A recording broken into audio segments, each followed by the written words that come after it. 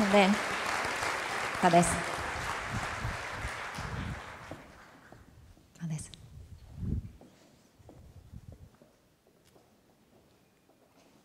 Mums katram ir kāds sapnis, kad mēs sākam strādāt uzņēmumā. Tas lielais, aizraujošais mērķis, ko mēs gribam sasniegt, liekot lietā savus talantus, savu aizrautību, savu uzņēmību, kā vadītāji, vai ne? Ir taču. Atceries savu pirmo dienu, kad sāki strādāt uzņēmumā vai esošajā amatā. Tu biji aizrautīgs, dedzīgs, gribēji likt lietā savu pieredzi, savu zināšanas un sasniegt mērķus, vai ne? Jā? Protams, tāpat arī mūsu darbinieki. Bet kas notiek vēlāk? Kāpēc, kad Gallupa organizācija pasaulē pēta darbinieku iesaistīšanos, tad tikai 33% no darbiniekiem ir iesaistījušies uzņēmuma mērķa sasniegšanā. 67% neiesaistījušies vai aktīvi neiesaistījušies. Kas ir noticis? Statistikas dati ir bezskaislīgi. Secinājumi jāizdara mums pašiem. Kur esam nošāvuši greizi? Viena no jomām, kur mēs nošājam greizi, ir tā, ka tad, kad mēs pieņemam darbinieku darbā, mēs rūpīgi izvērtējam viņa pieredzi, viņa zināšanas, viņa talantus un mērķus un tādu nākotnes vīziju, karjeras attīstības plāniem.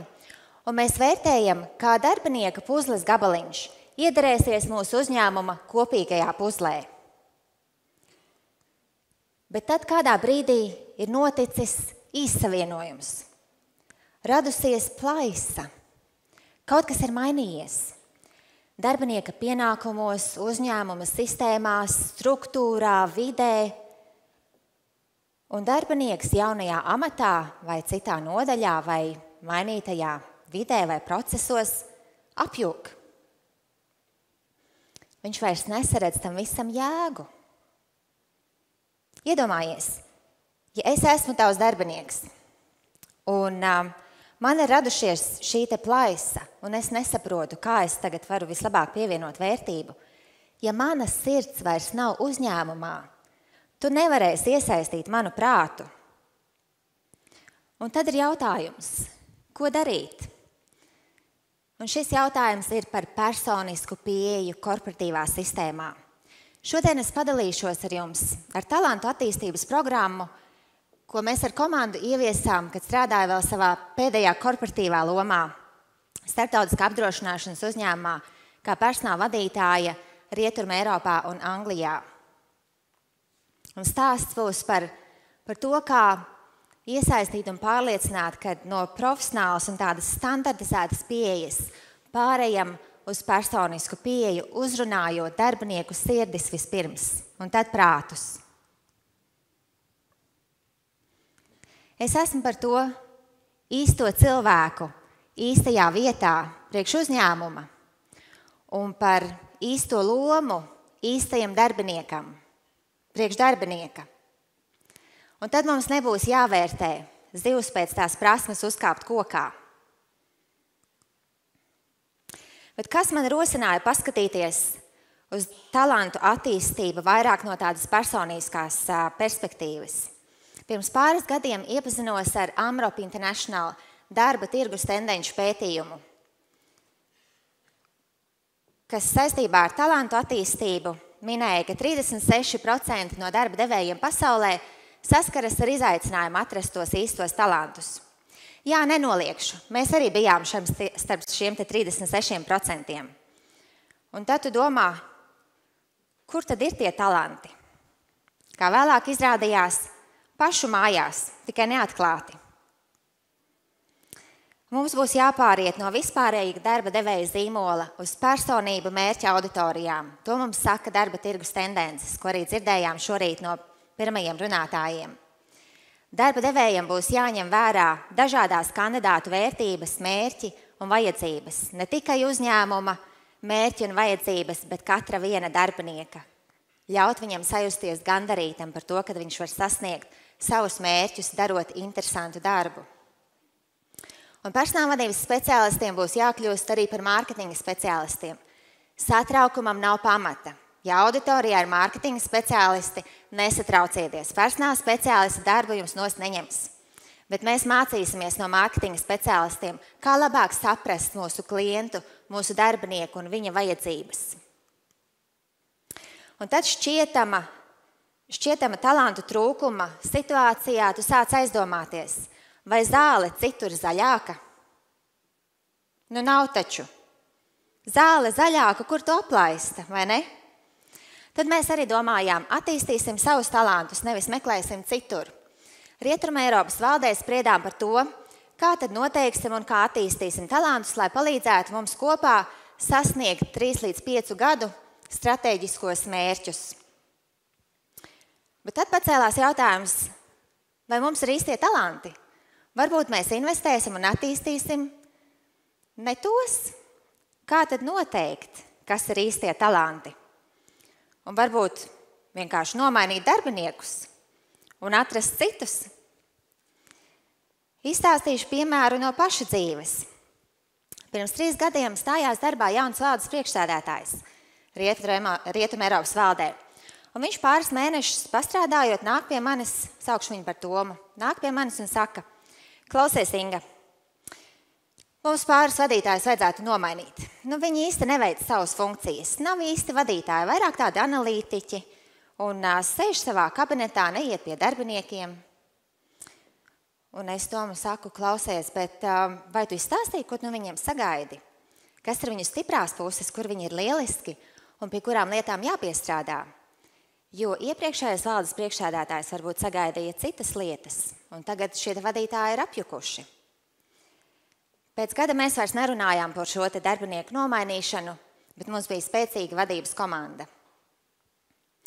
Dažreiz ir tā, kad neiet ar kādu darbinieku, un pirmā doma – nomainīšu. Bet vai cits būs zaļāks? Vai tu kā vadītājs vari likt roku uz sirds un teikt, es palīdzēju šim te darbiniekam saskatīt savus talantus un kā viņš savus talantus var likt lietā uzņēmuma mērķu sasniegšanai un kā viņš savu ģenialitāti var likt lietā uzņēmuma mērķu un stratēģijas sasniegšanai. Mums tas cēlais mērķis noteikti visiem ir tāds – palīdzēt un strādāt ar darbiniekiem, bet ikdiena ievieš ikdienā savas korekcijas un dažreiz mums tas aizmirstas. Un tad tu domā, ja vadītājs, ja pieredzējis vadītājs apjūk dažreiz, noteikti arī darbinieki ir apjukuši, mums ir jāpalīdz viņiem sevi atklāt šie talanti, kas palīdzēs arī mums vadītājiem labāk strādāt, ievirzot darbiniekus īstajās lomās. Kas tad ir talants? No sengrieķu un latīņu talants ir vērtība, zelta vienība, svars. Un talantu pieejā mēs varam skatīties 2 pieejas. Viena, kad katram no mums ir talanti, ir taču, vai ne? Vai ne? Mēs esam visi talantīgi. Un no uzņēmuma vadības puses mēs varam fokusēties uz to, kad palīdzam katram darbiniekam attīstīt savus talantus. Otra pieeja, ko mēs izvēlējāmies, mums ir noteikti uzņēmuma stratēģija, un mēs identificējam atslēgas cilvēkus, kuriem piemīt kompetences šīs stratēģijas sasniegšanai, un fokusējamies uz šo cilvēku attīstību. Noteikti ir vēl kāda 3. pieeja, tā neiedegtā spuldzīte, bet to mēs neizskatījām. Kas tad atšķir labu darbinieku no talantīga? Mēs noteicām stratēģija un kompetence, bet pēc kāda brīža sapratām, ka ar to vien nepietiek. Ir vajadzīga pareizā attieksme, kad darbinieks savu kompetenci grib likt lietā uzņēmuma mērķu sasniegšanai, kad viņš saredz, kā tas palīdzēs viņam pašam sasniegt viņa mērķus, kā tas palīdzēs viņam iegūt interesantus projektus un darba pieredzi. Dažiem darbiniekiem, teikšu, kā ir, nācās no talanta programmas izslēgties uz kādu laiku, kamēr parādās pareizā attieksme. Tad par talantu programmu. Kad spriedām par programmas ieviešanu, domājām, kas tad būs savādāks. Vai tā būs kārtējā attīstības programma, ikgadējā talantu attīstība, Kas no tā, kā to padarīt īpašu un kā ņemt vērā darba tirgus tendences un to, kad mēs arvien vairāk personalizējamies un noteikti mēģinām palīdzēt darbiniekiem piedzīvot to personisko pieredzi un interesantos projektus. Izlēmām, ka fokusēsimies ne tikai uz šīm kompetencēm, kas ir nepieciešamas uzņēmumam stratēģijas ieviešanai, bet palīdzēsim darbiniekiem attīstīt savas personīgās prasmes un labāk saprast, kāds es esmu, gūt šo pašvērtējumu un pašapziņu, kad es esmu noteiktās jomās lielisks un fokusēšos uz šīm jomām, un noteiktas jomas varbūt man nevajadzētu izvēlēties. No struktūras viedokļa diskutējām, kā tad identificēt talantus, kā noteikt, kuri mums ir tie atslēgas cilvēki un sapulcināt viņus vienviet attīstībai. Ir divas pieejas. Viens, mēs varam rīkot talantu novērtēšanas centrus un pieietam ļoti strukturēti un organizēti. Otrs, ko mēs izvēlējāmies, ir paļauties uz vadītājiem. Jo mēs vadītāji taču vislabāk zinām savus darbiniekus un talantus, vai ne? Mēs devām iespēju vadītājiem identificēt talantus savās komandās un pieteikt viņus talantu attīstības programmai. Jo tad pēc tam vēlāk, kad es kā vadītājs esmu pieteicis no savas komandas darbiniekus talantu attīstības programmai, tad es arī parūpēšos, lai maniem darbiniekiem ir laiks mācīties, lai viņiem ir laiks sasniegt mērķus. Un arī piedalīšos šo darbinieku rezultātu novērtēšanā no talantu attīstības puses. Pacēlās arī jautājums, kā klasificēt talantus, jo tad, kad mēs saņēmām pieteikumus no 5 Eiropas valstīm, darbinieku talantu sarakstu, sapratām, ka šie cilvēki ir ļoti dažādi. Un, lai gan mēs gribam veikt šo individualizēto personīgo pieeju, ir grūti tā visiem katram savādāku pieeju izvērst. Un mēs nolēmām iedalīt darbiniekus kategorijās, jeb grupās, balstoties uz uzņēmuma stratēģiskajām kompetencēm, kas ir nepieciešamas. Viena bija tehniskā kompetence, kas ir apdrošināšanas uzņēmumā, tātad risku parakstīšana, atlīdzības, un katram no šīm grupām bija mazliet cita pieeja, jo citas vajadzības attīstībai. Teiksim, tehniskie darbinieki, viņiem tik ļoti neinteresēja ieguldīt laiku savas profesionālās kompetences celšanā, viņiem bija interesantāk dalīties ar savu kompetenci, ar jaunākiem darbiniekiem. Otra grupa bija augošie talanti, jeb emerging talents, kuriem bija mazāka pieredze, bet milzīga deksme darboties un mācīties. Un trešā grupa bija līderības talanti, caur ko mēs audzinājām pēctečus. Tad tas mums palīdzēja, protams, sistematizēt pieeju, bet pieiet katrai grupai un katram darbiniekam arī personiski. Viena no lietām, kāpēc mēs sākām šo talantu attīstības programmu, bija grūtības atrast nišas kompetences. Divas lietas, ko mēs saskatījām no programmas ieviešanas, ka tu palīdzi darbiniekam labāk saprast sevi un savus talantus, tad mēs atradām jaunus talantus pašu mājās, varbūt ne vienā valstī, bet kādā citā, un darbinieki bija gandarītāki padalīties ar savām zināšanām un talantiem ar kolēģiem citās valstīs. Un šajā nišas prasmju sakarā parādījās vēl otra lieta, ka darbiniekos iedegās tā dzirkstele, kad es labāk saprotu, kas ir manas stiprās puses un talanti, ko vadītājs novērtē un komanda novērtē. Tad man ir tāda deksme un gandarījums iet darba tirgū un pasaukt līdzi pārējos līdzīgos nišas darbiniekus, piedalīties un nākt uz mūsu uzņēmumu. Kļūdas un atziņas. Viena no kļūdām, ko sākumā pieļāvām, bija šis fokus tikai uz uzņēmumam svarīgu kompetenci talantu attīstības programmā. No tās mācījāmies un ieviesām arī personības attīstības treniņus. Otra kļūda. Sākumā noteicām šo kā personāla vadības projektu, jo, protams, mēs kā personāla speciālisti gribējām justies gandarīti par lielisku projektu. Un tad valdē, kad spriedām par prioritātēm, visi teicām, jā, labs projekts, bet nē, nav laika to ieviest. Kad pacēlām šo projektu stratēģiskā līmenī un noteicām, kā tas palīdzēs sasniegt uzņēmumu stratēģiju, tad visi kopā dedzīgi arī ieviesām. Veiksmes faktori. Viens no būtiskiem veiksmes faktoriem, ko jau minēju, bija šis te fokus uz personības attīstību. Otrs programmas struktūra, kad mēs iedalījām, ne tikai attīstījām darbiniekus, bet noteicām šo te divpusējo vienošanos. Mēs, mīļais darbinieki, palīdzēsim tev attīstīt šīs lietas, gan profesionāli, gan personiski.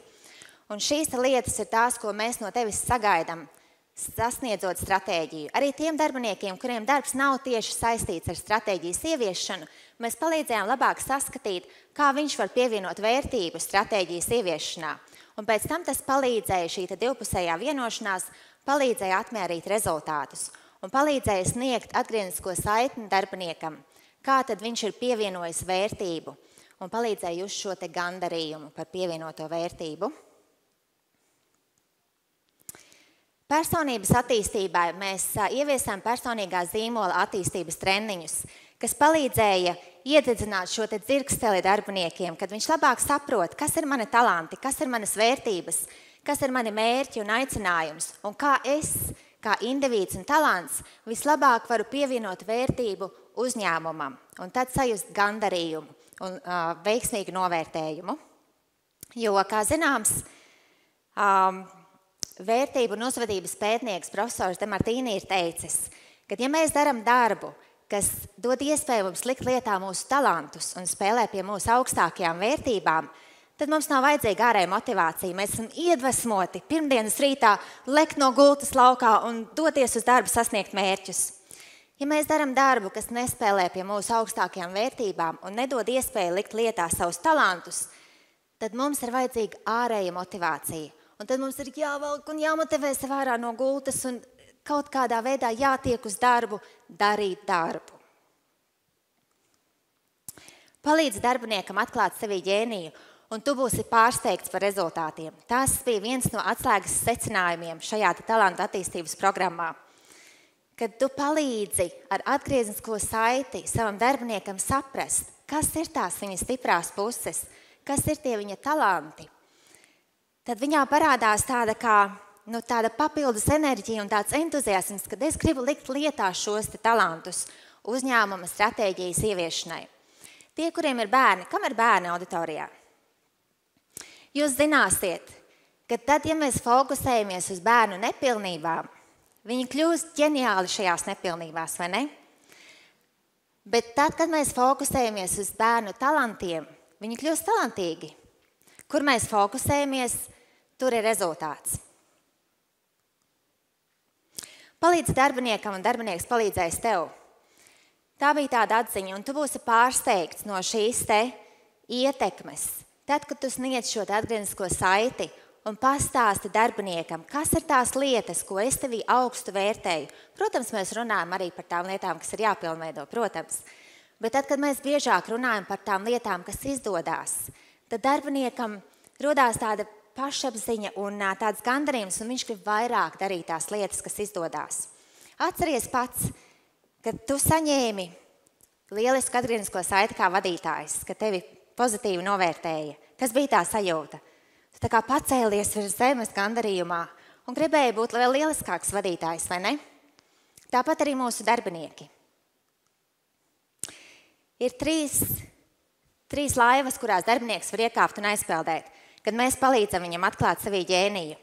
Viena ir personīgā izcilība, viņš kļūst vēl lieliskāks, to taču mēs sagaidām, vai ne? Otra ir cita loma esošajā uzņēmumā, jo viņš saprot, ka nav īstajā vietā un pietiek kurnēt par to. Es ņemšu stūri savās rokās un stūrēšu uz citu amatu. Un trešā laiva ir cits uzņēmums. Tas ir labi gan jums, gan darbiniekam, jo jūs atradīsiet piemērotāku. Un noslēgumā ir viena tāda būtiska baža, ka tu palīdzi savam darbiniekam atklāt sevī ģēniju. Viens ir, ka darbinieks sacels degunu mākoņos un pacels cepuri. Ja tas nav tavs darbinieks, ļauj viņam iet, jo tu atradīsi tādu, kas ir dedzīgs par to darbu un uzņēmumu. Ja tas ir tavs darbinieks, tad man ir atbilde Richarda Bransona vārdiem. Apmāci un attīsti darbinieku, lai viņš var aiziet, bet veido vidi, kultūru un attieksmi uzņēmumā, lai darbinieks negrib aiziet. 3 lietas ceļamaizei no mana šīs dienas stāsta, ko es gribētu, lai jūs paņemat līdzi. Stratēģiski personīga pieeja iedzirksteļo darbiniekos tādu dzirksteli un entuziasmu. Divpusēja vienošanās palīdz izmērīt praktiski talantu programmas rezultātus. Un iedvesmojoša atgriezniskā saite, to var atsākt praktizēt jau šodien. Iedvesmota vide garantētu. Negaidi līdz pirmdienai birojā. Īstenībā praktizē jau nedēļas nogalē uz saviem tuvajiem. Iedvesmojoša nedēļas nogale garantēta. Lai mums iedvesmojoša nedēļas nogale. Paldies!